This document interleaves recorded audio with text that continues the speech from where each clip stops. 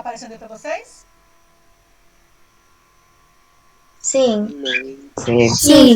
Então, a gente vai falar um pouquinho mais sobre essas teorias de evolução, né? Sobre características que confirmam e que são importantes para o conhecimento dessa área da biologia. Como a gente falou na aula passada,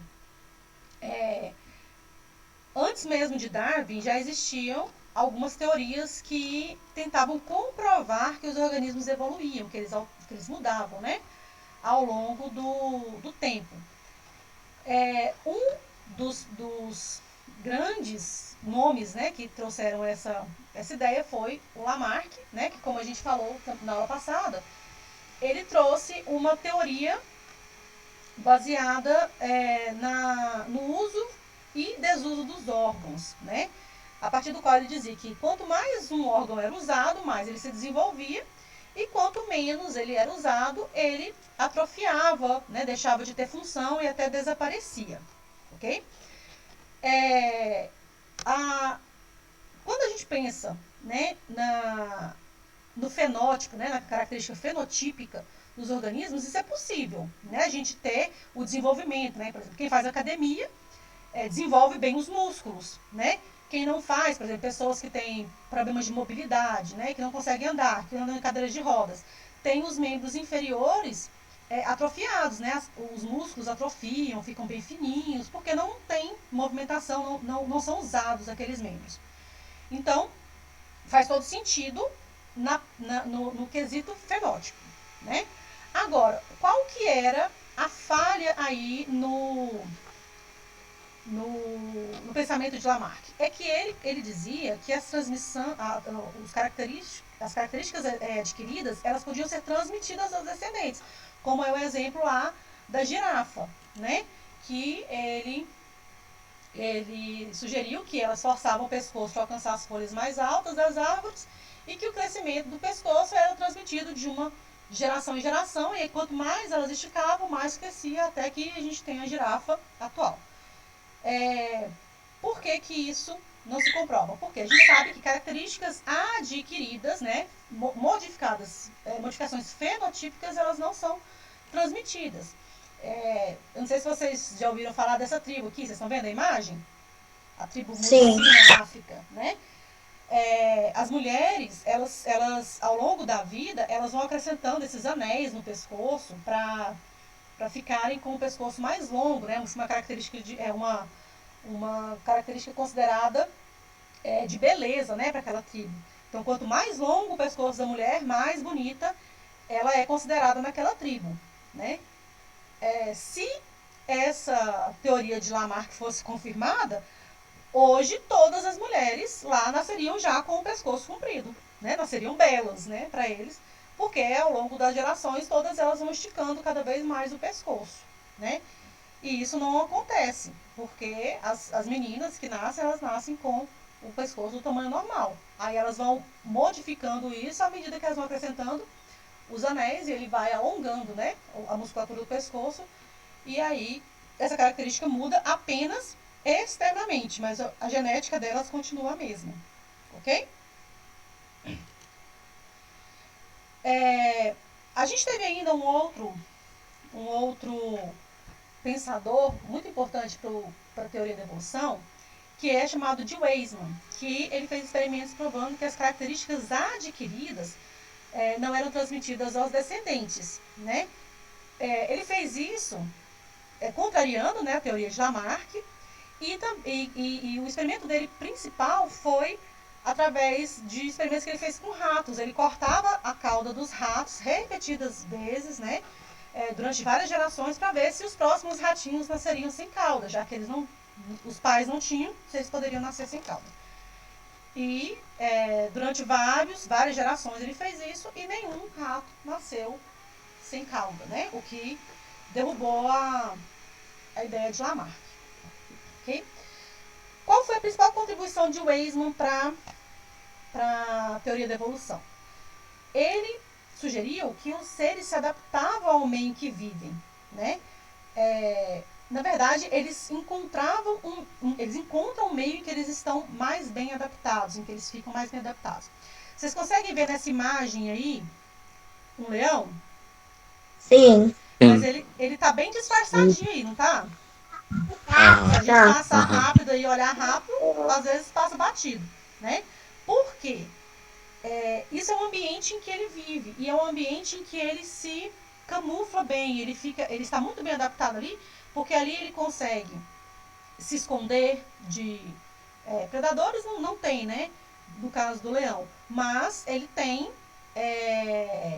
o hábito de caça. Então, quanto Ele mais As pode. presas. ele se disfarça no ambiente, mais fácil é para ele chegar perto das suas presas, para ele caçar, né?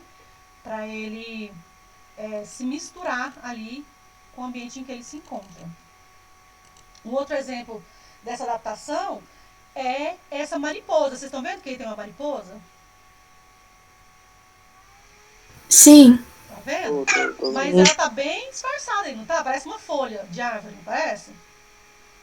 Ela tá aí sobre algumas folhas secas e é esse formato aqui, ó.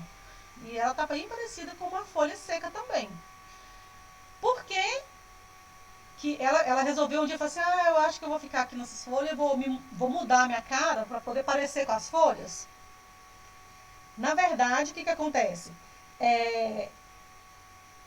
Ela provavelmente passou por vários ambientes nos quais ela não se camuflava. Não se camuflando, né, não ficando disfarçada, ela acabava sendo vítima de predadores, né, e de situações em que colocavam ela em perigo. Ao estar sobre um ambiente, né, sobre um local em que ela se disfarça, que ela passa batida, né, pelas vistas de outros animais, ela acaba permanecendo, né, por mais tempo ali. Então, aquelas mariposas que escolheram viver sobre folhas secas, viviam mais tempo, se reproduziam mais, deixavam mais descendentes e acabavam transmitindo usando, né, aquele ambiente ali como um habitat seguro. Então, essa adaptação para elas foi mais benéfica, né? Pode ser que existiam outras mais carinhas também, que viviam aqui sobre as folhas e que não se disfarçavam tanto. Então, essas eram escolhidas para serem predadas, né? Já essas aqui que pareciam com as folhas foram passando batida e foram sendo deixadas de lado. Aqui a gente tem um outro exemplo. Vocês conseguem ver aí um animal?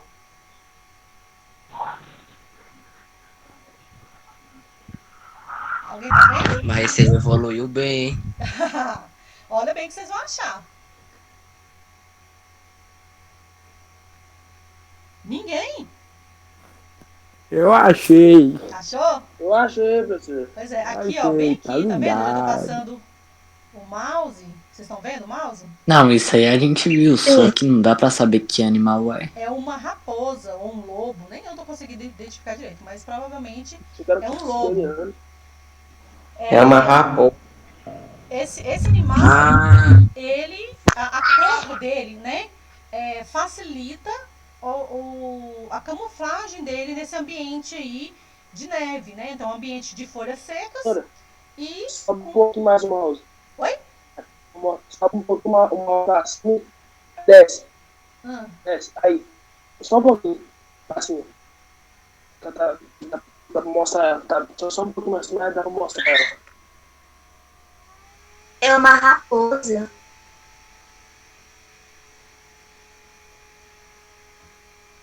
pois é. Então, assim, essas características, elas fazem com que ele se disfarce bem no ambiente, né? Provavelmente, a gente tinha raposas de várias cores aí, algumas mais branquinhas, outras pretas, né?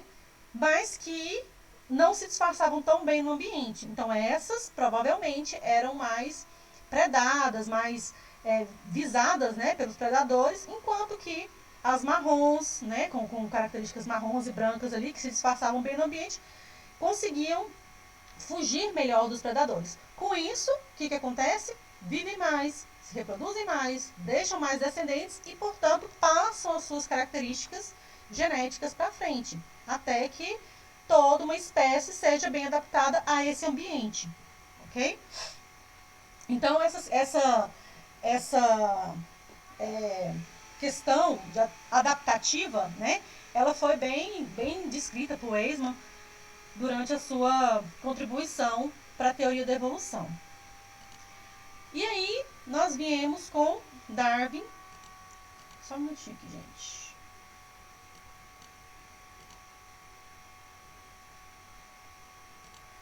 A gente vem agora com Darwin, né? Que, só contando um pouquinho aqui da história de Darwin, ele partiu num navio como convidado. Esse navio, ele saiu da Inglaterra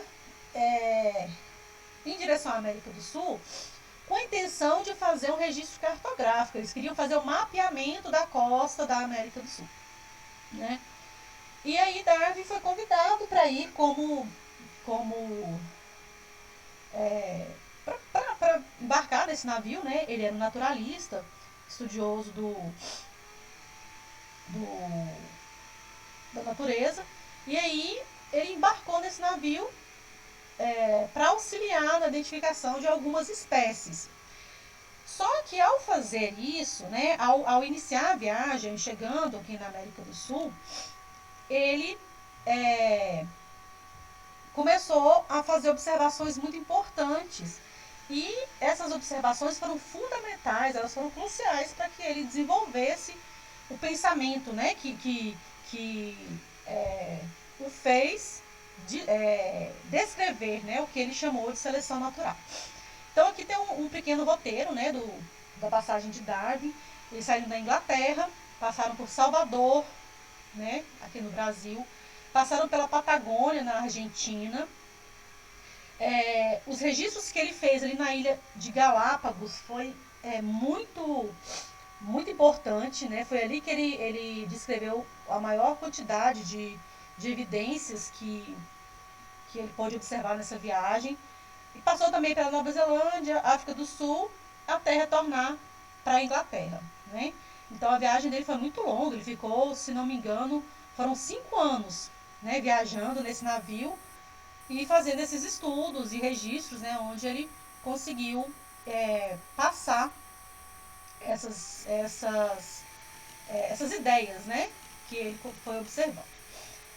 Aqui a gente tem algumas fotos dos locais por onde ele passou, né, a cidade de Ushuaia, na Patagônia. Ushuaia é considerada, chamada também de o fim do mundo, porque é a ponta mais extrema ao sul do continente americano, né? É a ponta mais próxima ali do Polo Sul em um continente, né? Então recebe também o apelido de fim do mundo. E ali também foi um dos locais onde Darwin passou para fazer os seus estudos.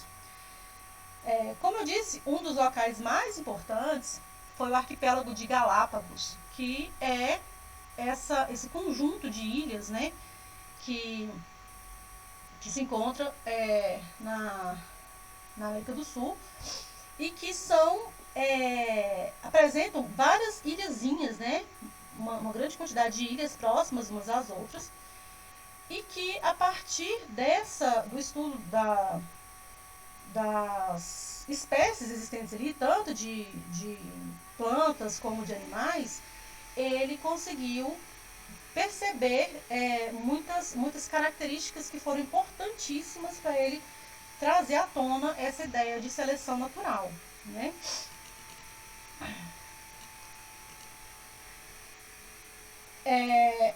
Bom, qual foi a explicação de Darwin para a fauna e flora de Galápagos?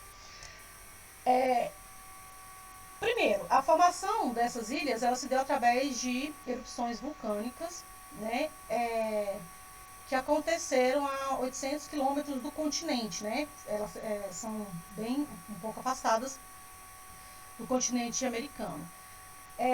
E aí as plantas e animais que viveram, né, na América do Sul acabaram sendo levadas para lá através de pássaros, né, que levavam sementes, que foram colonizando ali aquela região.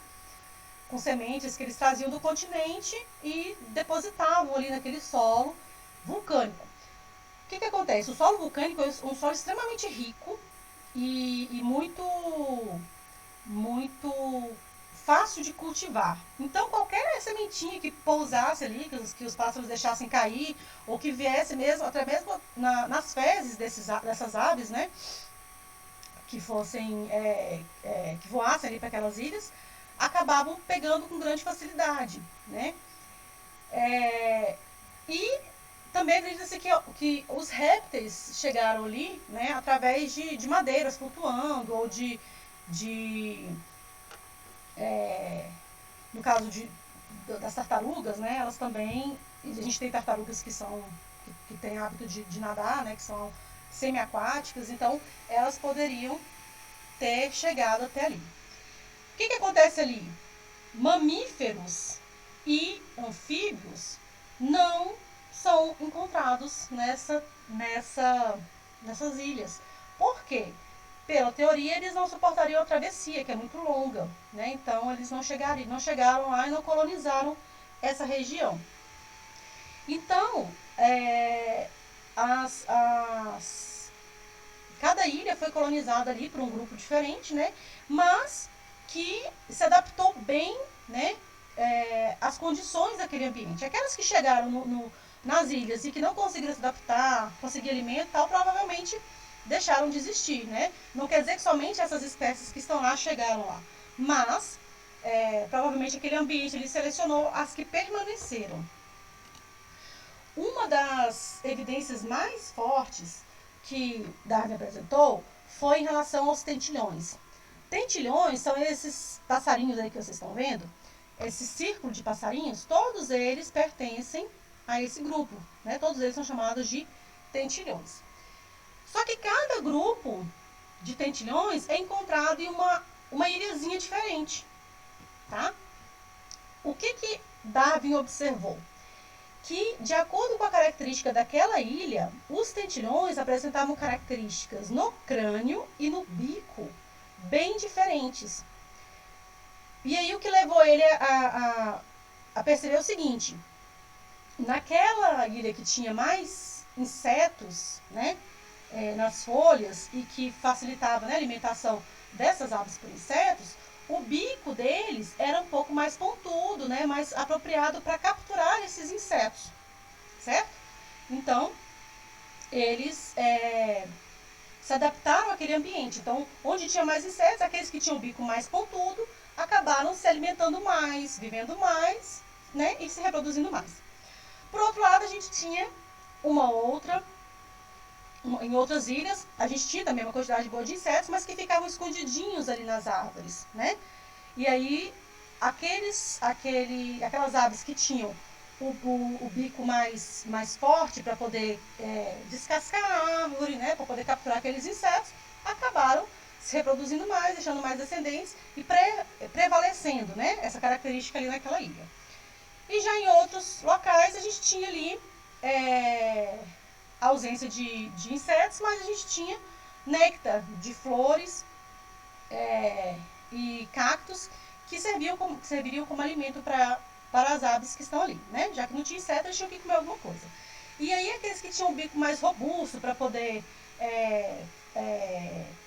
se alimentar, né, daquelas flores, daquele néctar, acabaram sendo mais bem-sucedidos naquela região. Então, o que acontece? Ainda tinha um outro local em que eles se alimentavam mais de sementes, então o bico tinha que ser mais forte, mais duro, né, para poder quebrar essas sementes. Então, cada local tinha uma característica diferente. Quer dizer que as aves mudaram por causa do ambiente? Não. Aquelas que tinham características que se adaptavam melhor àquele ambiente, prevaleceram, né, deixaram mais descendentes, e aí acabaram tomando conta, né, aquela característica genética tomou conta da espécie naquela região, ok? Aqui a gente tem, né, a gente consegue ver bem evidente a diferença do bico, né, dos tentilhões em relação a ilhas diferentes. Esse aqui tem um bico bem fininho, né, bem pontudinho. Esse aqui já tem um bico mais curto, né, bem pontudinho também, só que mais curto. Isso é devido às características de adaptação deles ao ambiente, né? Essa diferença, né, criada nos tentilhões ali, devido às diferenças existentes nos ambientes em que eles se encontram, eles vieram da mesma espécie e foram mudando de acordo com as características que o ambiente oferecia para eles, né? Essa característica é chamada de irradiação adaptativa. Eles foram se expandindo, né? E cada grupo foi se adaptando de uma forma de acordo com as características oferecidas pelo ambiente, ok? Bom, baseado nessas observações, então, Darwin escreveu uma obra que ela é, até hoje, considerada uma das maiores obras dentro da biologia, que é chamada de Origem das Espécies, né? E esse livro, quando foi publicado, essa obra quando foi publicada, ela causou um rebuliço, porque até então a grande ideia era voltada para o criacionismo, para o fixismo, né? Que as coisas eram criadas e permaneciam da mesma forma, sem nenhuma alteração causada pelo ambiente. Tudo era sempre do mesmo jeito. E quando ele trouxe essas comprovações de que as espécies poderiam mudar, que elas poderiam se adaptar, a Igreja Católica, que na época era forte, né, em relação as influências dela eram muito fortes sobre o que podia ser ou não publicado, o que podia ser ou não falado dentro da ciência, ficou muito contrariada com essas informações trazidas por Darwin, né? E aí, ao publicar, ele encontrou um outro colega que tinha ideias muito semelhantes, que também tinha escrito uma obra muito semelhante, que é chamado de Alfred Wallace. E aí os dois juntos começaram a estudar, né, essas teorias e fortalecer essas ideias voltadas para a questão da seleção natural. Okay? Bom, como eu falei, a base das ideias deles, né, de Darwin e Wallace, é a seleção natural, onde ele diz que os mais aptos são selecionados pelo ambiente e deixam muitos descendentes. Os menos aptos são eliminados através da competição, né? Quando a gente fala de competição, é competição pelo espaço, né? Aqueles que são mais fracos não conseguem se alimentar, né? Não conseguem brigar por parceiros para reprodução. E em relação a várias situações, eles não conseguem passar seu DNA adiante, né? Então, assim, na verdade, não quer dizer que eles são mais fracos, eles são menos aptos para aquela tarefa, né? Para aquela função, ou para aquele ambiente. Então, a aptidão, nesse caso, ela é mais importante do que a força em si, né? Então, aqui a gente tem dois exemplos. Em um ambiente árido, aqui a gente tem um felino, né? A onça, que se adaptou bem, né, devido às suas características de correr nesse ambiente, as características ambientais, temperatura, né, e várias outras.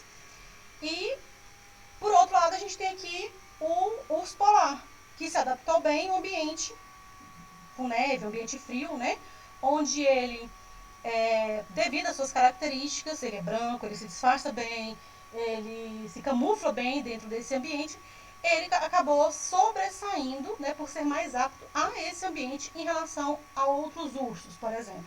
Né? Um urso pardo na neve teria sucesso? Um urso negro na neve? Né? Eles não seriam tão adaptados quanto o urso polar. Né? Já no caso, o urso pardo e o urso negro em florestas, em ambientes fechados, né, florestas densas, com características que se assemelham mais às características físicas deles, eles se saem melhor do que um urso polar, né, num ambiente desses, certo?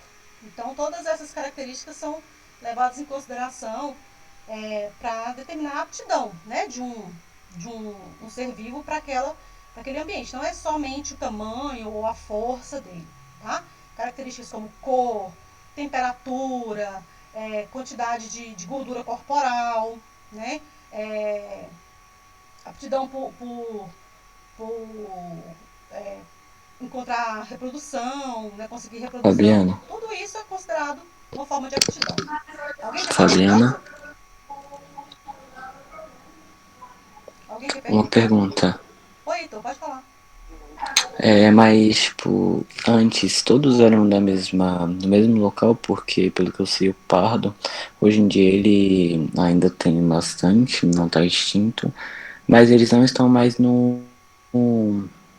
em lugares frios, então eles estão no meio de florestas e tal, mas antes deles se adaptarem, eles eram do mesmo local, tipo, todos eles viviam no mesmo local, ou eles sempre tiveram essa divisão do polar, viver no Ártico num lugar mais gelado, o pardo já viver numa floresta, Então, o assim. que acontece? Provavelmente,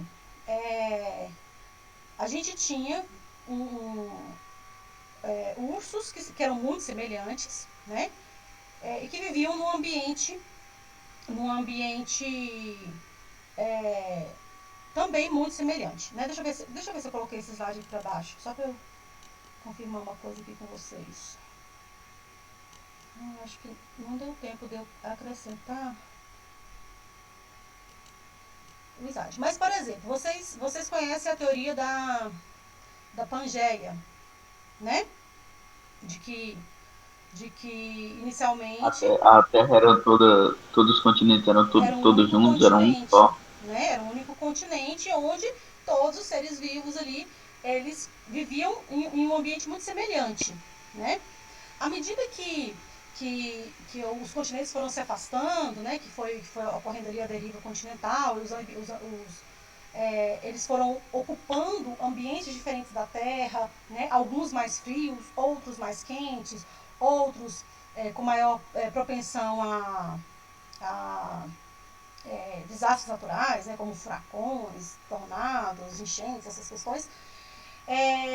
As características dos seres que permaneceram em cada uma dessas partes foram mudando de acordo com a necessidade de se adaptar àquela condição.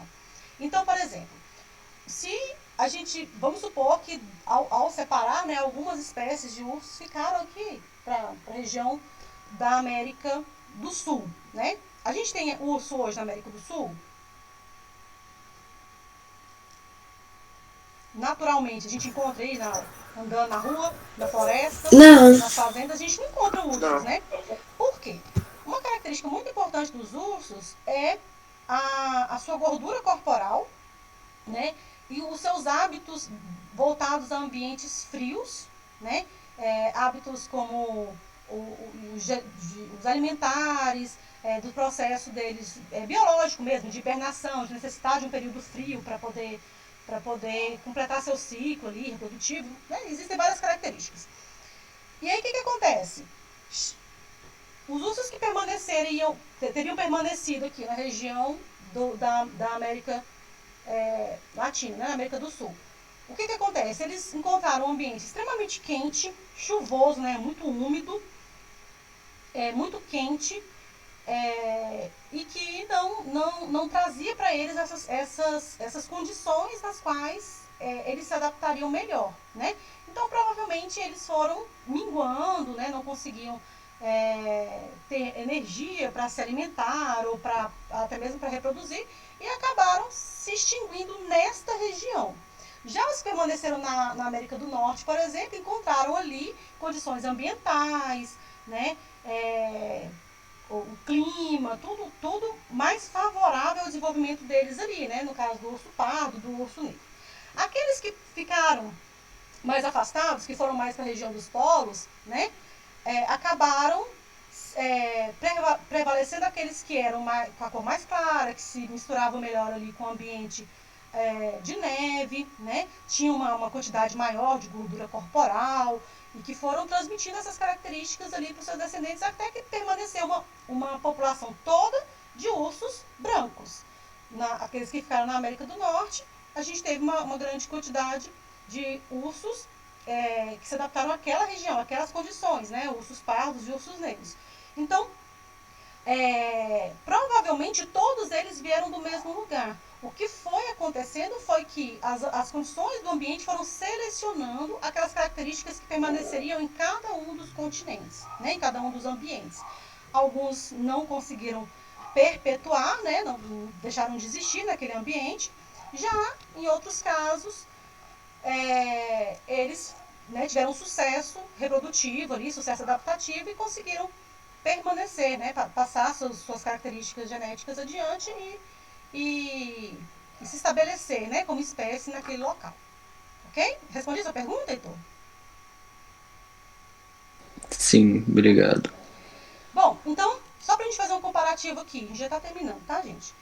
Entre as teorias, né, de Darwin e Lamarck, né, como eu falei para vocês lá atrás, Lamarck, né, de acordo com a característica das girafas, né, ele dizia o seguinte: as girafas ancestrais provavelmente tinham pescoços curtos e para alcançar as folhagens das árvores de que se alimentavam, tinham que esticar o pescoço, né? Pelo fato de esticarem sempre o pescoço para atingir as folhagens das árvores, o pescoço alongou-se e essa característica adquirida era transmitida aos seus descendentes. Finalmente, o contínuo esticamento do pescoço deu origem a girafas atuais. Portanto, pelo uso ou desuso e pela transmissão das características adquiridas, houve a evolução. Isso é o que Lamarck dizia. Já Darwin, ele veio com a seguinte explicação para essa mesma característica. As girafas ancestrais provavelmente apresentavam pescoços de comprimentos variáveis, né? E as variações eram hereditárias. Então, a gente tinha algumas com pescocinho mais curto, outras com pescocinho mais longo, outras com pescoço médio, né? A competição e a seleção natural levaram à sobrevivência dos descendentes de pescoços longos, uma vez que estes conseguiam alimentar-se melhor do que as girafas de pescoço curto. Olha só aqui, ó, a girafinha do pescoço curto já está aqui, ó, só o esqueletinho aqui embaixo. Enquanto as do pescoço longo continuam lá se alimentando, né? E essas características vão sendo transmitidas, né? Já que ela tem um pescoço longo, ela vai transmitindo essas características para os seus descendentes.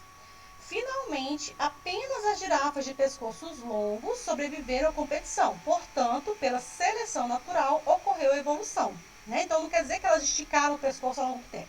Quer dizer que as que tinham pescoço curto não perpetuaram, né? Elas não prevaleceram ao longo das gerações. Ok? Então, a diferença principal na teoria dos dois é essa. Tá? Mas existe uma falha na teoria de Darwin. Qual era ela? A falha é que ele não soube explicar a origem das variações individuais numa população e o modo de transmissão dessas características aos descendentes. Ele sabia que existiam diferenças, né? Que existiam girafas com pescoço mais longo, outras com pescoço mais curto, outras com pescoço médio, mas ele sabia falar por quê. Né? De onde que surgiu essa diferença? Né? Então, após, né, os estudos de genética que vieram a esclarecer essa questão das mutações genéticas, né, da variação de características genéticas dentro de uma mesma espécie, isso depois já, né, da morte de Darwin e tal, os seus discípulos, né, que continuaram ali estudando e dando continuidade aos seus estudos sobre evolução, associaram, então, a seleção natural à questão, né, da genética e conseguiram explicar esse processo, né, de características diversificadas.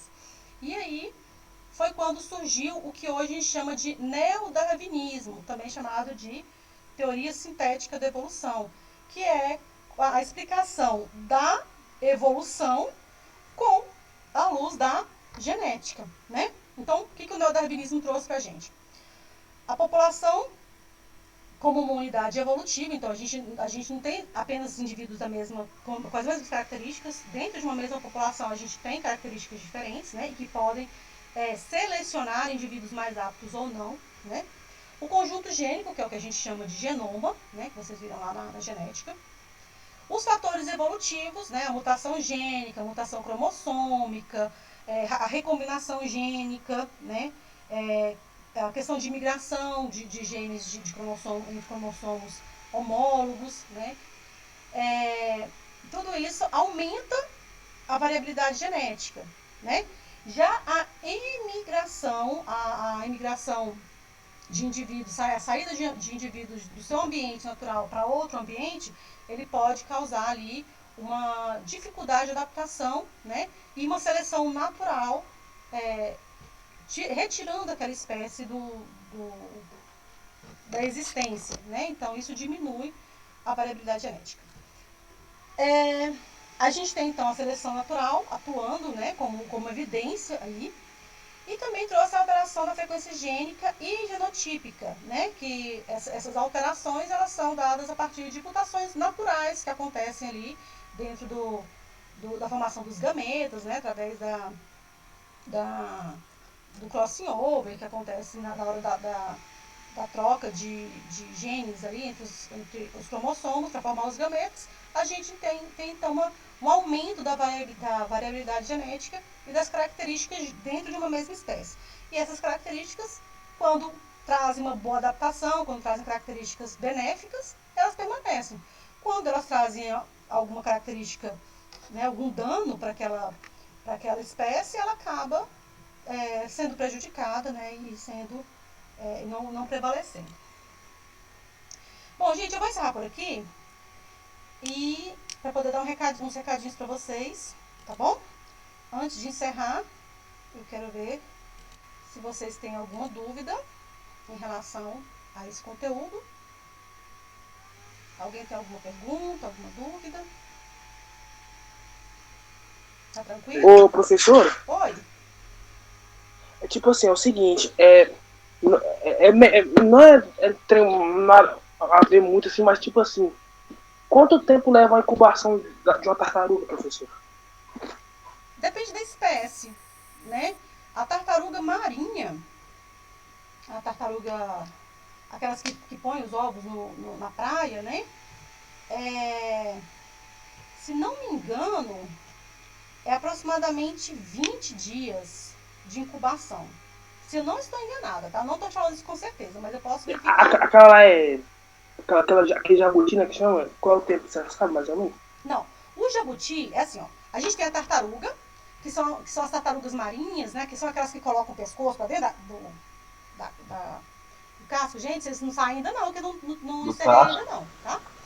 As tartarugas, elas têm um casco mais achatado, elas conseguem colocar o pescoço todo para dentro do casco, e elas são aquáticas, tá?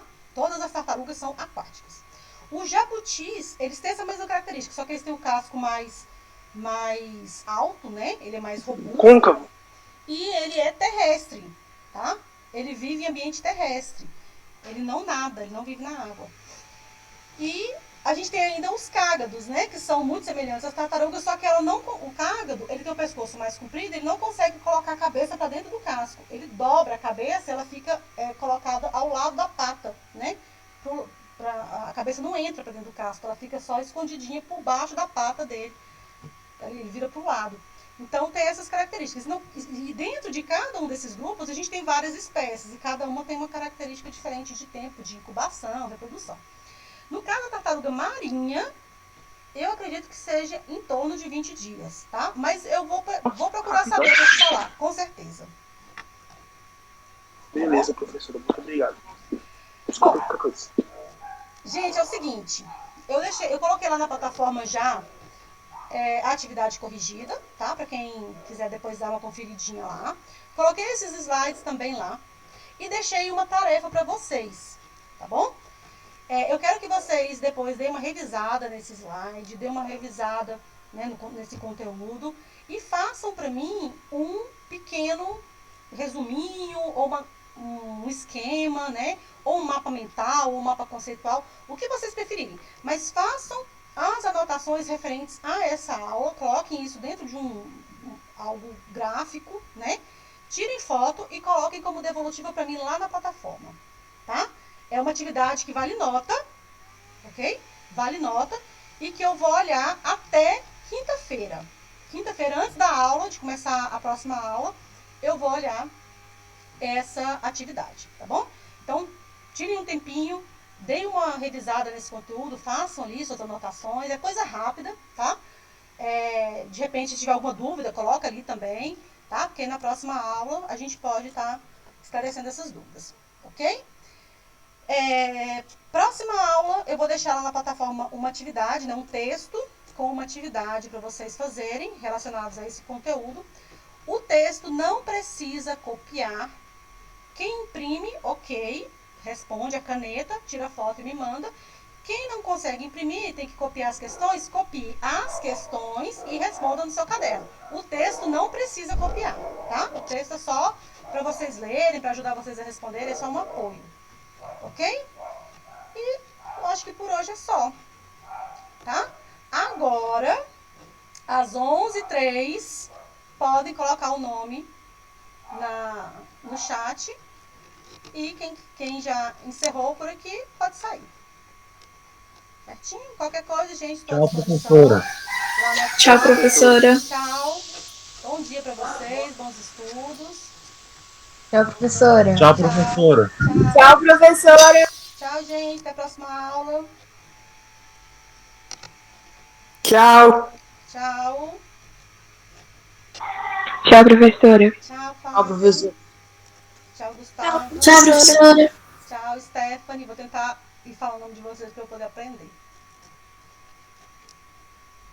Tchau, professora. Tchau, Cali.